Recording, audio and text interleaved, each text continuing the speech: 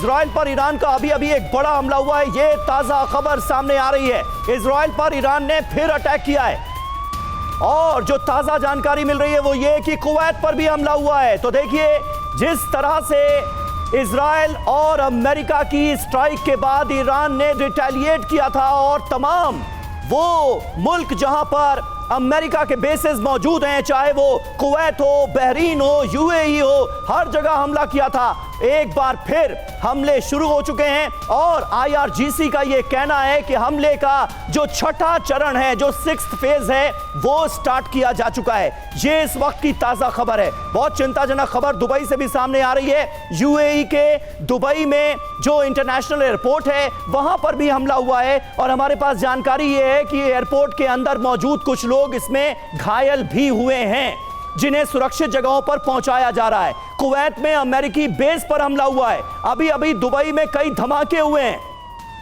Israel पर Iran की तरफ से बड़ा हमला किया गया है, यानी इजराइल हो, दुबई हो, कुवैत हो, हर जगह ईरान की तरफ से मिसाइल अटैक किया जा रहा है। थोड़ी देर पहले यह खबर सामने आई थी कि इजराइल में लोगों से एक बार फिर यह अपील की गई है कि वो अपने बंकर्स में चले जाएं, सुरक्षित जगहों पर रहें और कहीं ना कहीं इजराइल को भी इस बात की आशंका है कि ईरान की तरफ से अब बड़े पैमाने पर रिटेलिएशन होगा। हमारे साथ प्रोफेसर संजय भारद्वाज मौजूद हैं, विदेश मामलों के जानकार।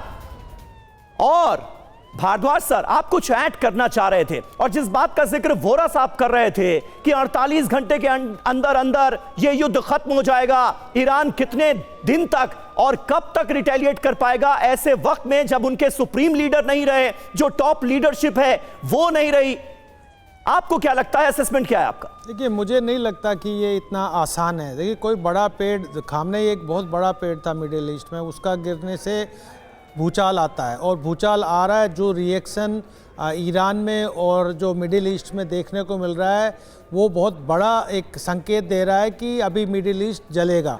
ये कोई सद्दाम हुसैन नहीं है, ये गद्दाफी नहीं है, ये मादुरोई नहीं है, ये एक रिलीजियस लीडर थे, बहुत बड़े रिलीजियस लीडर थे और जिन्होंने इतने लंबे समय तक ईरान को एकदम थामे रखा। तो मान के चलिए कि जो रिएक्शन आ रहा है वो पूरा ना केवल मिडिल ईस्ट को, दुनिया को जलाएगा और इसके कॉन्सिक्वेंसेस बहुत डीप कॉन्सिक्वेंसेस होंगे, पहली बात। दूसरी बात, लेकिन ये एक बात समझ मुझे नहीं आई कि पिछला जब मई में अटैक हुआ था तो ये बंकर्स में चले गए थे, सेफ जोन में थे। ये अभी जब अटैक हुआ कल, उसके बाद कैसे ओपन हो रहे थे और किस तरीके से मोसाद और सीआईए इस चीज का निगरानी रखे हुए थे कि बिल्कुल। संजय भारद्वाज सर, आपको रोकना पड़ रहा है क्योंकि एक बड़ी खबर आ रही है, इसका रुख कर रहे तेहरान से।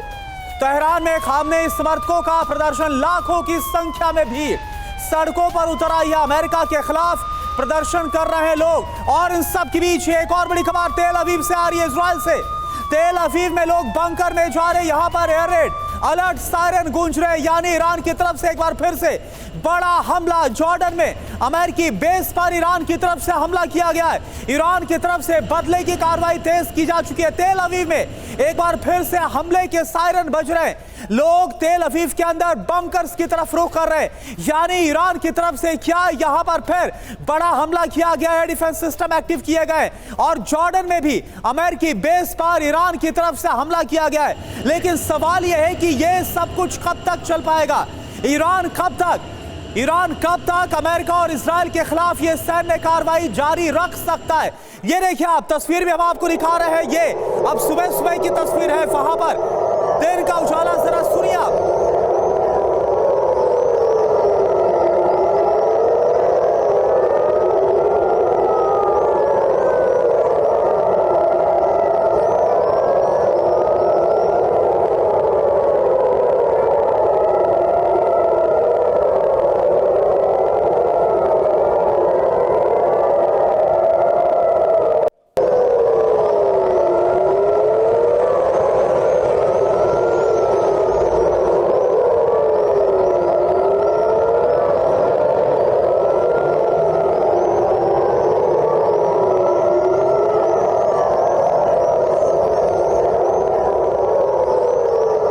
और देखिए इस बीच एक बड़ी खबर आ रही है, कतर के दोहा में भी धमाकों की आवाजें सुनी गई हैं। ये तेल अवीव की तस्वीरें आपके सामने हैं, इजराइल की कमर्शियल कैपिटल, जहां पर सायरन बज रहे हैं। लोगों से एक बार फिर ये अपील की जा रही है कि वो सुरक्षित जगहों पर पहुंच जाएं, बंकर्स में पहुंच जाएं, किसी भी वक्त हमला हो सकता है। और दूसरी तरफ जो तमाम बड़ी खबरें हैं वो सामने आ रही हैं। जॉर्डन में भी धमाके हुए हैं, जॉर्डन में भी ईरान की तरफ से हमले हुए हैं और कतर के दोहा में भी एक बार फिर धमाके शुरू हो गए हैं। दोहा में भी धमाकों की आवाजें सुनी गई हैं।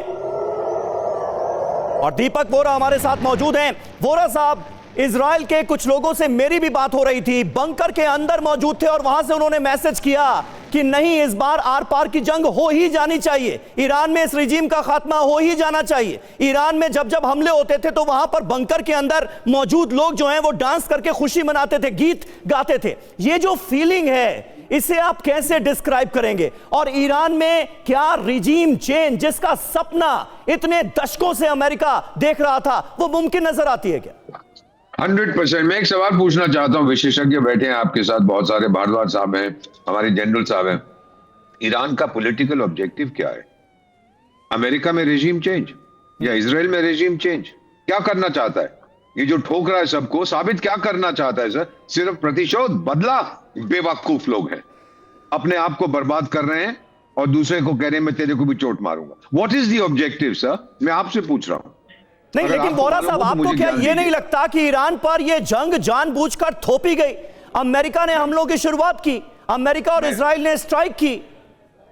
सर हम लोगों ने, मैं चाणक्य की संतान हूं, एक उसने सही चीज कही थी, अपनी ताकत जानो, दूसरे की ताकत जानो, फिर कोई निर्णय करो। ये कहना कि मैं कर दूंगा, हो ये हो गया, मेरा बाप मर गया, मेरा दादा मर गया, अरे मर गया तो मर गया, वापस तो आएगा नहीं वो। अगर कम्युनिस्ट साहब का इंतकाल हो गया, he is not coming back, तो अभी आप चाहते क्या हो? मैं अगर इनकी सरकार में होता सर, और मैं ये 52 साल कूटनीति के बाद कह रहा हूं, एक तो इमोशनल रिस्पॉन्स होता है, प्रैक्टिकल रिस्पॉन्स, रीजन रिस्पॉन्स होता है। भाई बहुत मार हमें पड़ी है, अब चलिए वो सरकार गई, अब हम देखते हैं आगे हम किस तरह से इंटरनेशनल समुदाय जो है उसमें अपना स्थान वापस ले सकते हैं। एक दोस्त नहीं है ईरान का सर, आप जितना मर्जी कह दीजिएगा, नोबडी वांट्स दिस रेजिम, वो चले गए हैं। और अब आप हल्के हल्के देखेंगे, जो मैं कह रहा हूं 48 घंटे में वो घुटने टेक। ये कहना बड़ी लंबी चलेगी, 15 साल चलेगा, ये बड़ी बात आपने कही है दीपक वोरा सर कि अभी क्या ईरान के पास उसके प्रॉक्सीज के अलावा कोई भी ऐसा मुल्क नहीं है जो कि फिलहाल ईरान के साथ खड़ा रहे।